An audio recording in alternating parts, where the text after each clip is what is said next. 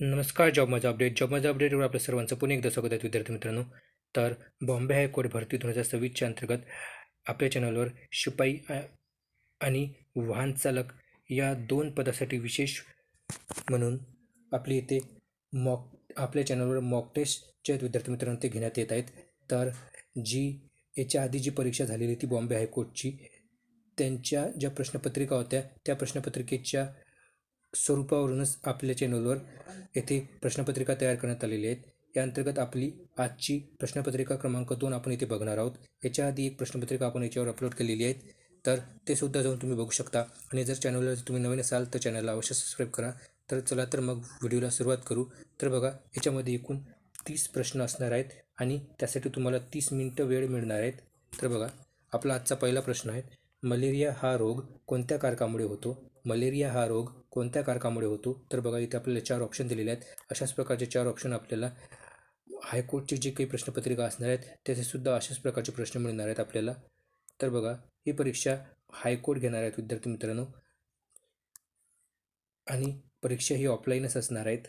म्हणजेच ही परीक्षा TCS किंवा IBPS घेणार नाही आहे. म्हणजेच TCS किंवा IBPS ज्या प्रकारचे प्रश्न विचारतात त्या प्रकारचे प्रश्न विद्यार्थी मित्रांनो इथे विचारले जाणार नाही. तर बॉम्बे हायकोर्ट ज्या प्रकारचे प्रश्न विचारतात त्याच प्रकारचे आपण इथे प्रश्न इथे घेतलेले आहेत. तर बघा, याचं जे उत्तर असणार आहे विद्यार्थी मित्रांनो ते ऑप्शन क्रमांक C हे असणार आहेत. म्हणजेच प्रोटोझोआ हे असणार आहेत. म्हणजेच मलेरिया हा जो रोग आहे हा प्रोटोझोआ या कारकामुळे होतो, म्हणून आपलं बरोबर उत्तर असणार आहेत ऑप्शन क्रमांक C. त्यानंतर बघा, CNGचे पूर्ण रूप काय आहे? CNGचे पूर्ण प्रश्न क्रमांक 2, CNGचे पूर्ण रूप काय आहे? बघा, इथे आपल्याला 4 ऑप्शन दिलेले आहेत. यापैकी एक बरोबर उत्तर असणार आहेत, ते म्हणजे ऑप्शन क्रमांक B हे आपलं बरोबर उत्तर असणार आहेत. म्हणजेच कॉम्प्रेस नॅचरल गॅस हे आपलं बरोबर उत्तर असणार आहेत, ऑप्शन क्रमांक B. त्यानंतर बघा, प्रश्न क्रमांक 3, कोळशापासून कोणते घन इंधन मिळते? बघा, कोळशापासून कोणत्या प्रकारचे घन इंधन मिळते? तर बघा, इथे आपल्याला 4 ऑप्शन दिलेले आहेत. यापैकी बघा, आपलं बरोबर उत्तर काय असणार? तर ऑप्शन क्रमांक A हे आपलं बरोबर उत्तर असणार आहे. म्हणजेच कोक हे जे विद्यार्थी मित्रांनो हे एक कोळशापासून मिळणारं घन प्रकारचं इंधन आहे, म्हणजेच सॉलिड इंधन आहे, म्हणून आपलं बरोबर उत्तर असणार आहे ऑप्शन क्रमांक A, कोक. त्यानंतर बघा, प्रश्न क्रमांक 4, मानवामध्ये स्त्री व पुरुष यांच्यामध्ये अंतर कोणत्या घटकामुळे स्पष्ट केले जाते? तर बघा, याच्यामध्ये आपल्याला 4 ऑप्शन दिले आहेत. यापैकी आपलं बरोबर उत्तर काय असणार? तर ऑप्शन क्रमांक B हे आपलं बरोबर उत्तर असणार आहेत, लिंग गुणसूत्र हे आपलं बरोबर उत्तर असणार आहेत. म्हणजेच मानवामध्ये स्त्री व पुरुष यांच्यामधील अंतर लिंग गुणसूत्र या घटकामुळे स्पष्ट केले जाते, म्हणून आपलं बरोबर उत्तर हे ऑप्शन क्रमांक B असणार आहे. त्यानंतर बघा, प्रश्न क्रमांक 5, चुंबकीय बल हे कोणत्या प्रकारचे बल आहे? बघा, चुंबकीय बल हे कोणत्या प्रकारचे बल आहे? तर बघा, याच्यामध्ये बघा 4 ऑप्शन दिलेले आहेत आपल्याला. एक आहे संपर्क बल, B आहे असंपर्क बल, C गुरुत्वाकर्षण बल आणि D संतुलित बल. तर बघा, याचं बरोबर उत्तर काय असणार? तर ऑप्शन क्रमांक A हे आपलं बरोबर उत्तर असणार आहे, म्हणजेच संपर्क बल. तर चुंबकीय बल जे हे एक संपर्क प्रकारचं बल आहे, तर संपर्क बल आहे. त्यानंतर बघा, प्रश्न क्रमांक 6, घर्षण बल हे कोणत्या दिशेने काम करते? बघा, घर्षण बल हे कोणत्या दिशेने काम करते? ऑप्शन A आहे गतीच्या दिशेने, ऑप्शन B गुरुत्वाकर्षण बलाच्या दिशेने, ऑप्शन C गतीच्या विरुद्ध दिशेने आणि ऑप्शन D वरच्या दिशेने. तर बघा, याचं बरोबर उत्तर काय असणार? तर ऑप्शन क्रमांक C हे बरोबर उत्तर असणार आहे. म्हणजेच घर्षण बल हे गतीच्या विरुद्ध दिशेने काम करते, कारण घर्षण म्हणजेच जे फ्रिक्शन असते ते गतीच्या विरुद्ध दिशेने काम करत असते, कारण हे गतीला विरोध करते. त्यानंतर बघा, प्रश्न क्रमांक 7, डोळ्याच्या कोणत्या भागातून प्रकाश हा डोळ्यात प्रवेश करतो? डोळ्याच्या कोणत्या भागातून प्रकाश हा डोळ्यात प्रवेश करतो? तर बघा, इथे 4 ऑप्शन दिलेले आहेत आपल्याला. यापैकी आपलं बरोबर उत्तर काय असणार? तर ऑप्शन क्रमांक D हे आपलं बरोबर उत्तर असणार आहेत. म्हणजेच प्यूपिल जो भाग आहे डोळ्याचा, या भागाद्वारे प्रकाश जो असते तो डोळ्यात प्रवेश करतो. त्यानंतर बघा, प्रश्न क्रमांक 8, जगातील प्रत्येक पदार्थ अत्यंत सूक्ष्म कणांपासून बनलेला असतो हे सर्वप्रथम कोणी सांगितले? जगातील प्रत्येक पदार्थ अत्यंत सूक्ष्म कणांपासून बनलेला असतो हे सर्वप्रथम कोणी सांगितले? तर बघा, याच्यामध्ये 4 ऑप्शन दिलेले आहेत आपल्याला. त्यापैकी आपलं बरोबर उत्तर काय असणार? तर ऑप्शन क्रमांक B हे आपलं बरोबर उत्तर असणार आहे. त्यानंतर बघा, प्रश्न क्रमांक 9, महाराष्ट्र राज्याचे क्षेत्रफळ हे किती आहे? महाराष्ट्र राज्याचे क्षेत्रफळ हे किती आहे? तर बघा इथे आपल्याला 4 ऑप्शन दिलेले आहेत. यापैकी आपलं बरोबर उत्तर काय असणार? तर ऑप्शन क्रमांक हे आपलं बरोबर उत्तर असणार आहे. 3,07,713 किलोमीटर इतकं महाराष्ट्र राज्याचं काय तर क्षेत्रफळ आहे. म्हणून आपलं बरोबर उत्तर असणार आहे ऑप्शन क्रमांक ए. महाराष्ट्र राज्याचे क्षेत्रफळ किती असेल तर ते आहे 3,07,713 इतकं. त्यानंतर बघा प्रश्न क्रमांक 10. चिरोली टेकड्या कोणत्या जिल्ह्यात आहे? चिरोली टेकड्या ज्या आहे त्या कोणत्या जिल्ह्यामध्ये आहे? तर बघा इथं आपल्याला 4 ऑप्शन दिलेले आहेत. तर यापैकी आपलं बरोबर उत्तर काय असणार? तर बघा विद्यार्थी मित्रांनो, आपल्याला या टेकडीच्या नावावरूनच आपल्याला उत्तर कळलेलं असेल की चिरोली टेकड्या ह्या कोणत्या जिल्ह्यात आहे. तर बघा याचं बरोबर उत्तर असणार आहे ऑप्शन क्रमांक बी हे. त्यानंतर बघा प्रश्न क्रमांक 11. सौर मंडळाचा जो शोध आहे तो कोणी लावला? सौर मंडळाचा शोध कोणी लावला? तर बघा इथं आपल्याला 4 ऑप्शन दिलेले आहेत. यापैकी आपलं बरोबर उत्तर काय असणार? तर ऑप्शन क्रमांक सी हे आपलं बरोबर उत्तर असणार आहे. म्हणजेच कॉपरनिकस यानेच सौरमंडळाचा शोध लावला म्हणून याचं बरोबर उत्तर असणार आहे ऑप्शन क्रमांक सी कॉपरनिकस. त्यानंतर बघा विद्यार्थी मित्रांनो प्रश्न क्रमांक 12. भारत हे कोणत्या प्रकारचे राष्ट्र आहे? बघा भारत हे कोणत्या प्रकारचे राष्ट्र आहे? बघा ऑप्शन ए आहे एकाच धर्माचे, ऑप्शन बी धर्मनिरपेक्ष, ऑप्शन सी राजेशाही, ऑप्शन डी नोकरशाही. तर बघा याचं बरोबर उत्तर काय असणार? तर ऑप्शन क्रमांक बी हे आपलं बरोबर उत्तर असणार आहे. त्यानंतर बघा प्रश्न क्रमांक 13. भारतीय संविधानात सध्या किती अनुसूची आहे? भारतीय संविधानामध्ये सध्या किती अनुसूची आहे? तर बघा येथे आपल्याला 4 ऑप्शन दिलेले आहेत. यापैकी बरोबर उत्तर काय असणार? तर बघा ऑप्शन क्रमांक डी हे आपलं बरोबर उत्तर असणार आहे विद्यार्थी मित्रांनो, ते म्हणजेच 12. तर सध्या आपल्या संविधानामध्ये एकूण 12 अनुसूच्या आहेत. तर सध्या आपल्या संविधानामध्ये आताच्या कंडिशननुसार एकूण 12 अनुसूच्या आहेत आणि आपलं बरोबर उत्तर हे असणार आहेत ऑप्शन क्रमांक डी 12. परंतु विद्यार्थी मित्रांनो जेव्हा संविधान तयार करण्यात आले होतं तेव्हा आपल्या संविधानामध्ये एकूण 8 अनुसूच्या होत्या. हे सुद्धा तुम्हाला लक्षात ठेवायचं आहे की भारताचं संविधान जेव्हा तयार करण्यात आलं होतं तेव्हा भारताच्या संविधानामध्ये एकूण 8 अनुसूच्या होत्या. त्यानंतर बघा प्रश्न क्रमांक 14.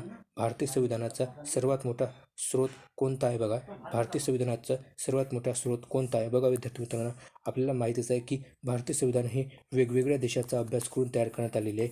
म्हणून बघा आणि वेगवेगळ्या देशाकडून वेगवेगळी काही तत्त्वे जे आहेत आपल्या संविधानामध्ये ते घेण्यात आलेली आहेत. तर यापैकी बघा भारताच्या संविधानाचा सर्वात मोठा स्रोत कोणता आहे? तर बघा यामध्ये बघा आपल्याला 4 ऑप्शन दिलेले आहेत. यापैकी आपलं बरोबर उत्तर काय असणार?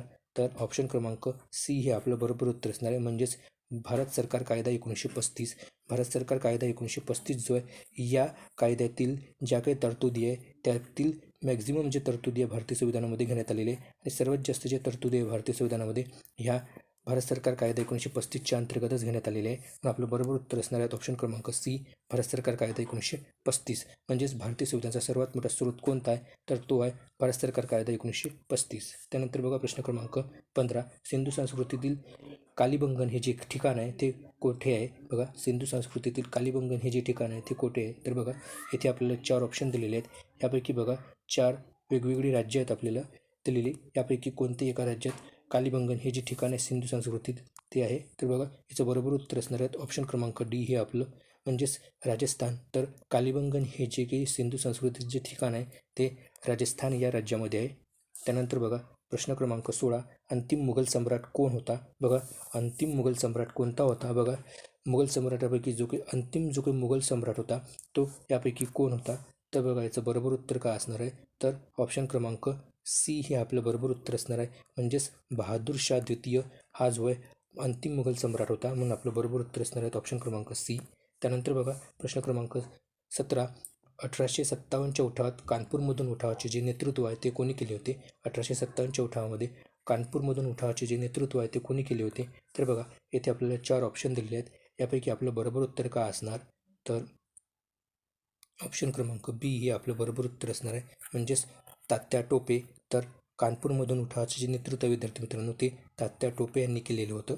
त्यानंतर बघा विद्यार्थी मित्रांनो येथे कुंवर सिंग सुद्धा दिलेले आहेत. यांनी सुद्धा 1857च्या उठावामध्ये नेतृत्व केलं होतं.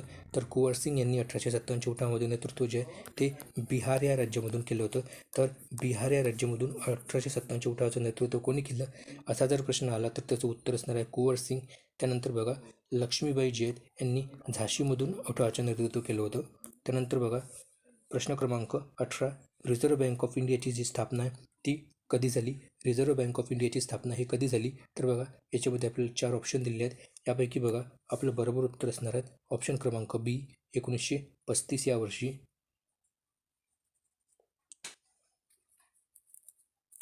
तर प्रश्न क्रमांक 19 बघा, हेनले पासपोर्ट इंडेक्सनुसार 2026नुसार भारताचा क्रमांक किती आहे? हेनले पासपोर्ट इंडेक्स 2026नुसार भारताचा क्रमांक किती आहे? तर बघा हेनले पासपोर्ट इंडेक्समध्ये भारताचा 2026मध्ये क्रमांक किती आहे? तर बघा इथे आपल्याला 4 ऑप्शन दिलेले आहेत. यापैकी आपलं एक बरोबर उत्तर असणार आहे ते म्हणजे कोणतं? तर बघा ऑप्शन क्रमांक सी हे आपलं बरोबर उत्तर असणार आहे. तर हेनले पासपोर्ट इंडेक्स जे असते 2026चा, यामध्ये भारताची जी रँकिंग आहे ती एकूण 80व्या क्रमांकावर आहेत. म्हणजेच भारत हा जो विद्यार्थी मित्रांनो तो हेनले पासपोर्ट इंडेक्स 2026मध्ये 80व्या नंबरवर आहे. तर बघा यामध्ये हेनले पासपोर्ट इंडेक्स 2026मध्ये भारताची रँकिंग 80व्या नंबर असून यामध्ये पहिल्या क्रमांकावर जे आहेत ते कोणता देश आहे? तर त्याचं नाव उत्तर असेल सिंगापूर. तर परीक्षेत जर प्रश्न विचारला की हेनले पासपोर्ट इंडेक्समध्ये पहिल्या क्रमांकावर कोण आहे? तर ते आहे सिंगापूर. त्यानंतर बघा प्रश्न क्रमांक 20, नुकताच कोणत्या राज्यातील पन्ना हिरा याला GI मानांकन मिळालं आहे? तर बघा यामध्ये खाली आपल्याला ऑप्शन दिलेले आहेत. यापैकी आपलं बरोबर उत्तर काय असणार? तर ऑप्शन क्रमांक बी हे आपलं बरोबर उत्तर असणार आहे, म्हणजेच मध्य प्रदेश. त्यानंतर बघा प्रश्न क्रमांक 21, भारताचा जो राष्ट्रध्वज आहे तो कधी स्वीकारण्यात आला? भारताचा राष्ट्रध्वज हा कधी स्वीकारण्यात आला? तर बघा याचं बरोबर उत्तर काय असणार? तर ऑप्शन क्रमांक ए हे आपलं बरोबर उत्तर असणार आहे. 22 जुलै 1947. 22 जुलै 1947 या दिवशी भारताचा जो राष्ट्रध्वज आहे तो स्वीकारण्यात आला होता. तर याचं बरोबर उत्तर काय असणार आहेत मग? तर भारताचा राष्ट्रध्वज जो आहे आपला तिरंगा, हा तिरंगा कधी स्वीकारण्यात आला होता? तर त्याचं उत्तर असणार आहे 22 जुलै 1947 या वर्षी. त्यानंतर बघा प्रश्न क्रमांक 22 आहे, मुंबईचे शिल्पकार कोणास म्हटले जाते? बघा मुंबईचे शिल्पकार कोणास म्हटले जाते? बघा विद्यार्थी मित्रांनो इथे आपल्याला 4 ऑप्शन दिलेले आहेत. यापैकी आपलं बरोबर उत्तर काय असणार? तर ऑप्शन क्रमांक सी हे आपलं बरोबर उत्तर असणार आहे. जगन्नाथ शंकर सेठ हे जे आहे मुंबईचे शिल्पकार म्हणून ओळखले जाते. मुंबईचे शिल्पकार, तर जगन्नाथ शंकर सेठ यांनाच मुंबईचे शिल्पकारसुद्धा म्हटले जाते, म्हणून आपलं बरोबर उत्तर असणार आहे ऑप्शन क्रमांक सी. त्यानंतर बघा प्रश्न क्रमांक 23, नॅशनल डिफेन्स अकॅडमी हे कुठे आहे? बघा नॅशनल डिफेन्स अकॅडमी म्हणजेच NDA जे कार्यालय आहे ते कुठे आहे? तर बघा याचं बरोबर उत्तर असणार आहेत ऑप्शन क्रमांक सी म्हणजेच पुणे. तर पुणे येथील खडकवासला, पुणे येथील जे काही खडकवासला ह्या ज्या ठिकाणी जे विद्यार्थी मित्रांनो ते नॅशनल डिफेन्स अकॅडमीचं कार्यालय आहे, म्हणजेच NDAचं ऑफिस जे आहे ते पुणे येथील खडकवासला येथे आहे, म्हणून आपलं बरोबर उत्तर असणार आहे ऑप्शन क्रमांक सी पुणे. त्यानंतर बघा प्रश्न क्रमांक 24, महाराष्ट्र राज्य परिवहन मंडळाची म्हणजेच MSRTC म्हणजेच आपले जे ST महामंडळ आहेत याची स्थापना जी आहेत विद्यार्थी मित्रांनो ते कधी झाली? तर बघा याचं बरोबर उत्तर काय असणार? तर ऑप्शन क्रमांक बी हे आपलं बरोबर उत्तर असणार आहे 1962 या वर्षी. 1962 म्हणून आपलं बरोबर उत्तर असणार आहे ऑप्शन क्रमांक बी. त्यानंतर बघा प्रश्न क्रमांक 25, रौफ हे कोणत्या राज्याचे किंवा केंद्रशासित प्रदेशाचे प्रसिद्ध लोकनृत्य आहे? बघा रौफ हे जे लोकनृत्य आहे हे कोणत्या राज्याचे किंवा केंद्रशासित प्रदेशाचे प्रसिद्ध लोकनृत्य आहे? तर बघा यापैकी बघा 4 ऑप्शन दिलेले आहेत.